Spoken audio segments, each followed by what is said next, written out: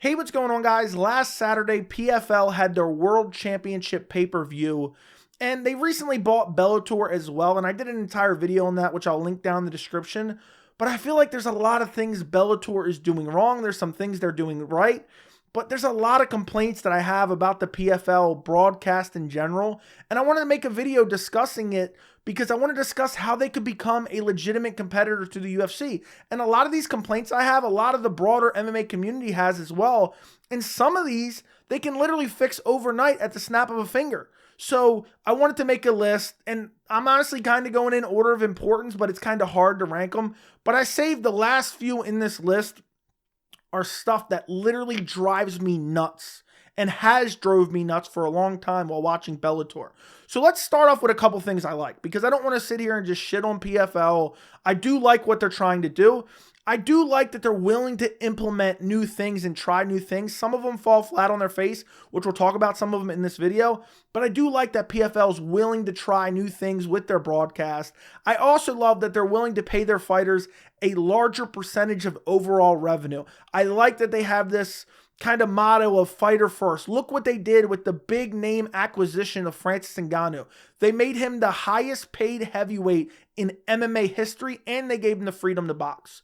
I love that. I absolutely love that. I also love the merit-based matchmaking system. I don't think it should be a catch-all. I don't think they should always do that, and we're going to talk about that later in the video, but I love that it's far away from the WWE's matchmaking system that the UFC's kind of been going down a slippery slope more and more from year to year. So I absolutely love that. And I do love that they're trying to fix up the production value. And I feel like they're always trying to change and trying to become a better product. I do love that, where sometimes I feel like the UFC, and I'm not making a comparison video here, but obviously some of these comparisons are going to come natural. Sometimes I feel like the UFC is stuck in their ways.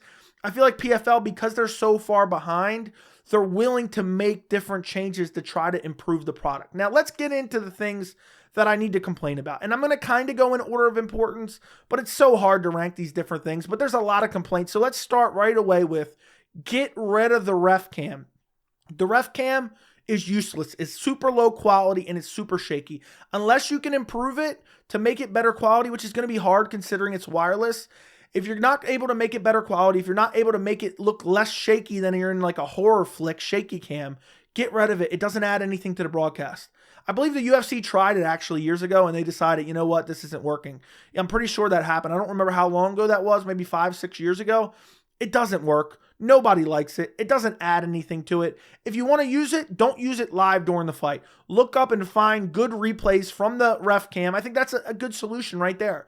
Just only use it for specialized instances, like if you have a controversial stoppage or something along those lines. Don't show it live on the broadcast because it looks horrific and it distracts from the action and it looks horrible. Next up, covering the entire screen with stats. I love that they're willing to implement new stuff and try new stuff. They should not be covering, 4 inches high and probably 6 inches wide of the screen with stats. If they want to use those stats, there could be a common ground. You could bring them up for maybe 20 seconds per round, but why are we covering the entire screen? I absolutely hate that. It looks tacky and it's like distracting from the fight. And there's sometimes something on the screen that you might want to see, but now it's blocked because you literally have a 4-inch high graphic by 6 inches wide graphic. It's crazy. I don't know why they implement that. And it's on the screen 24/7 every single fight. It's beyond annoying. Get rid of it or only use it 10 seconds around, 15 seconds around, 20 seconds around, even 30 seconds. Just don't use it for 5 minutes around. It's ridiculous. Next up, we have to get rid of the low budget Zoom calls with Wiz Khalifa and Jake Paul and whoever else you're planning on doing it with. First off, if you're going to do that, let's not have casual MMA fans come in who don't even know what they're talking about. Second off, if you're going to do it, make sure the camera quality is a lot better. Third off, if you're going to do it for 20, 30 seconds. Don't do it for every second of every round. First off, it looks low budget. Second off, it's awkward. Third off, they're casuals. They're not offering anything to the broadcast. So if you're going to bring someone in who knows what they're talking about. Bring them on for 20, 30 seconds. I think that's an easy compromise. I get it. Jake Paul is part of the PFL family. Wiz Khalifa is an investor in PFL. We get it. It doesn't help you grow the sport, and it just takes away from the fight, and it looks tacky. Next up, this is going to sound weird, but I'm going to explain it. we have to incentivize more exciting fights. And this is going to sound crazy. Well, PFL gives out $1 million prize at the end. I actually think that disincentivizes exciting fights. I love that they're giving away $1 million. Absolutely love that. Meant to mention that in the beginning. But I think it disincentivizes exciting fights. You don't know how many times me or just the broad MMA community watches a PFL card and we're like, that kind of fell flat. It wasn't that exciting. And I think it's because PFL, one, doesn't have a bonus structure. They should implement bonuses for finishes. But also because people are fighting for $1 million, it's like, I have to win no matter what. I mean, a lot of these guys want to win regardless, but when you have that added pressure of win at all cost, I have to get to that $1 million. You disincentivize exciting fights. So you should make it where, okay, if we get an exciting fight, we're giving out bonuses. If you get a finish, we're giving out bonuses. I don't know what that bonus structure would look like, but too often we watch PFL cards. I can speak for a lot of people. We watch PFL cards and we're like, you know what? That card wasn't that exciting. Now, the championship card from Saturday wasn't that bad. You know, there were some exciting fights on it, but it's like, how often do you ever like leave a PFL card and you're like, oh my goodness, I remember this absolute barn burner. It's a rarity. And I know it can't happen every card, but you're willing to pay fighters. Start a bonus structure for fighters to incentivize exciting fights. We need more exciting fights if you want to grow your brand. Next up, stop overcomplicating the organization.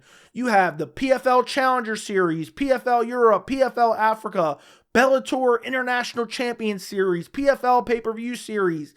You have to stop making it so convoluted. Now, I understand it only because I did research.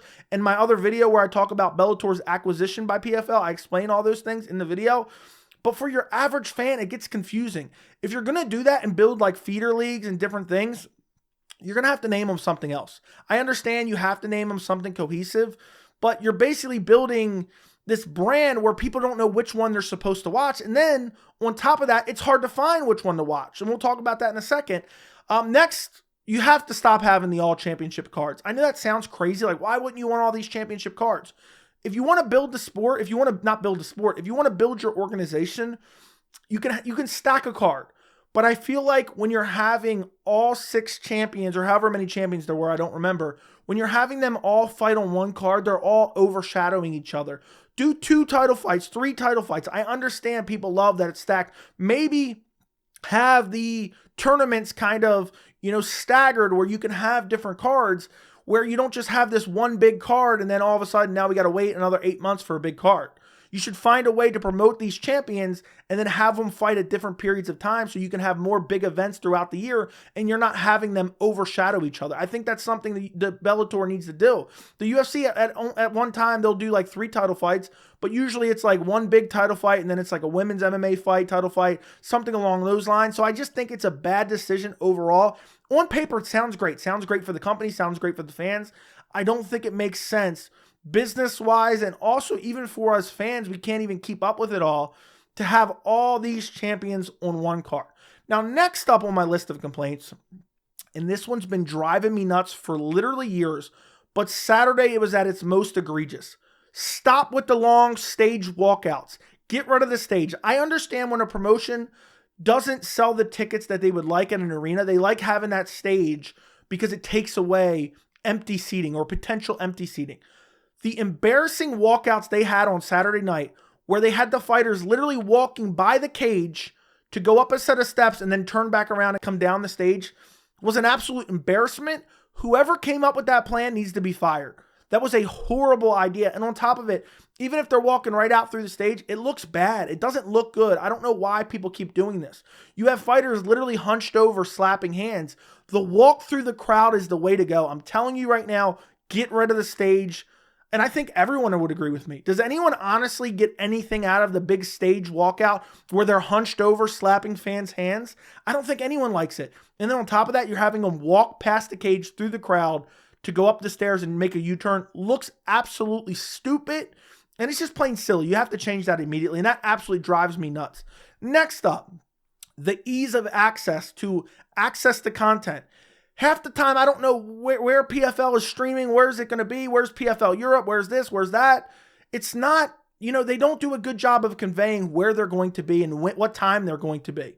Because half the time, I follow this sport hardcore, I can't even figure out what network it's going to be on. I can't figure out, okay, what time do the prelims start? What time does the main card start? And usually I can't find it till like 2 days before the fight card. You go to the website, you can't even find the card half the time. They need to improve their website. That's another thing. That's not really about the event in general.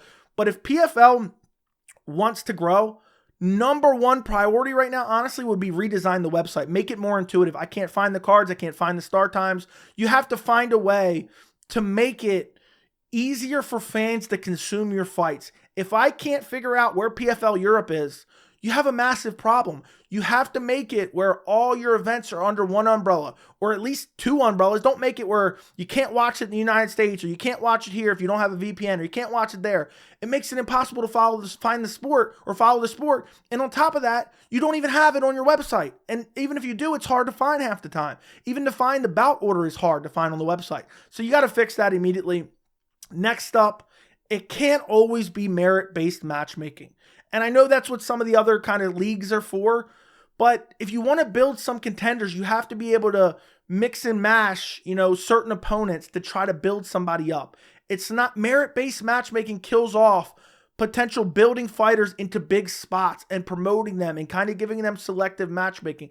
I'm a massive proponent of merit-based matchmaking, but you should do that with the top guys. And I understand the talent pool right now isn't, the best. You've expanded it vastly considering, the acquisition of Bellator, but we need a way to build up and promote certain fighters without having them go through merit-based matchmaking right away. It just doesn't work all the time. And I think it's a massive mistake. And this is coming from someone who absolutely loves merit-based matchmaking. I'm tired of WWE matchmaking. So I absolutely love it. But sometimes you have to go against it to build certain fighters up. And on top of that, there's certain fights the fans want to see. People are talking about Cyborg, Kayla Harrison. We're not even going to get that. We're not even going to get that because of merit-based matchmaking. It doesn't help PFL as an organization grow. It does. Maybe you can go to that or switch to that a little bit more later. You have to implement some of this sooner rather than later to get people involved and make the biggest fights possible. Next up, and this one, honestly, these last 5 in general could have all went to number one, like my number one complaint. No elbows rule has to go. You cannot elbow in PFL because of the tournament style. It makes I don't care. Delay the fights.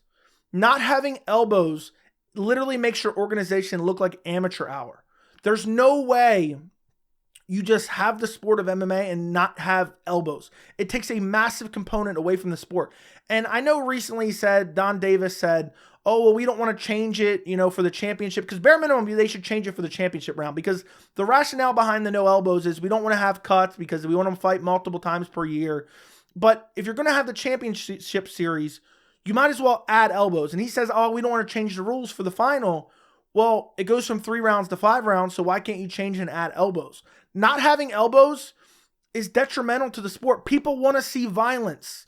Elbows are some of the most violent strikes you can throw in MMA. How are you not having elbows in your sport? It makes absolutely no sense. You have to add elbows, no matter what the cost is, even if it's going to cost fights being canceled and having to find, late notice replacements or subbing somebody in an alternate. You have to have elbows in this sport. Otherwise, it just looks like amateur hour. Now, my second to last complaint, and this actually wasn't that bad at the recent pay-per-view, but the pacing. The pacing has been historically bad. I used to watch PFL all the time. I used to watch, World Series of Fighting all the time. The pacing got so bad that I gave up on the sport, or not on the sport, on PFL as a whole.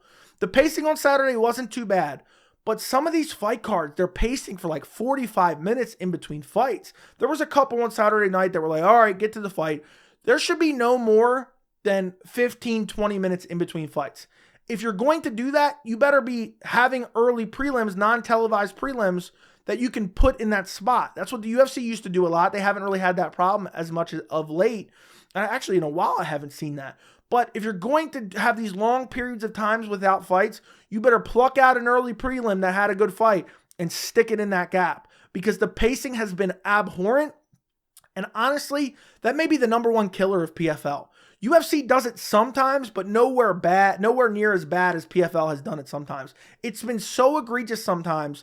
I've literally wanted to just turn off the card and never watch again. Matter of fact, I did a while ago, and I said I'm never watching another PFL card again. The pacing has to be fixed. I mean, that turns off a lot of fans, and it's just been so bad at some points in time. I mean, I know this has nothing to do with PFL, but the Ngannou Fury stuff was outright ridiculous. And I know PFL has never done that bad, but people hate that. If you're going to have dead space, at least let people know that, okay, next fight will be in 45 minutes so we can leave and come back. But you don't want to do that because that turns away for advertising time.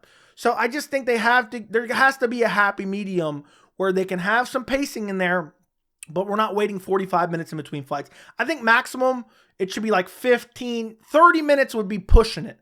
But it should be like 15 to 20 minutes max in between fights. And you should at least be showing like a highlight reel package for each fighter before they come in. Now, lastly, and this is very, very obvious, but I wanted to state it, they have to build their own roster.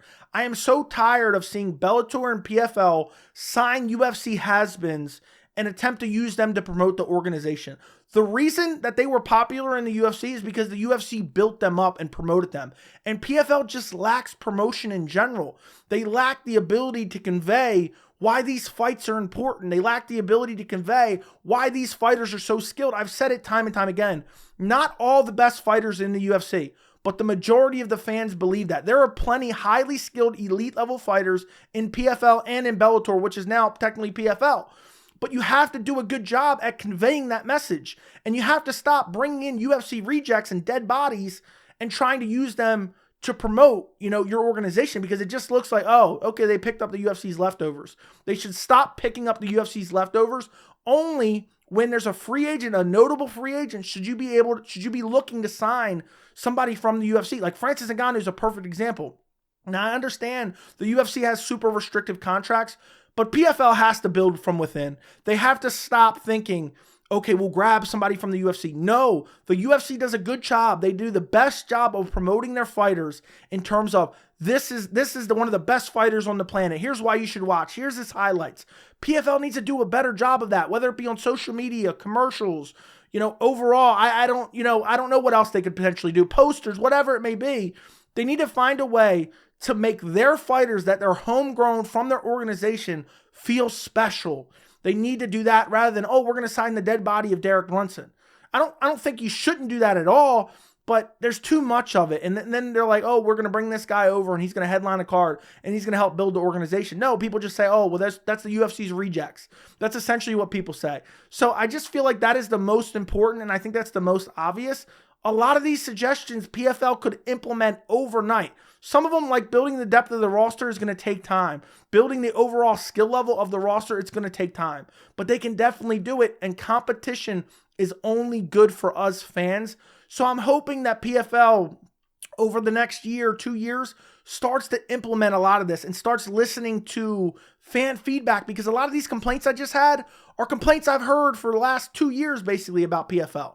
The pacing has been an issue forever. The stats all over the screen have been an issue forever. They need to fix some of these things if they want to be an organization that is taken seriously by fight fans. But let me know what you guys think down in the comments. Are there any complaints about PFL that I missed? Don't forget to like the video. Don't forget to subscribe. And thank you so much for watching.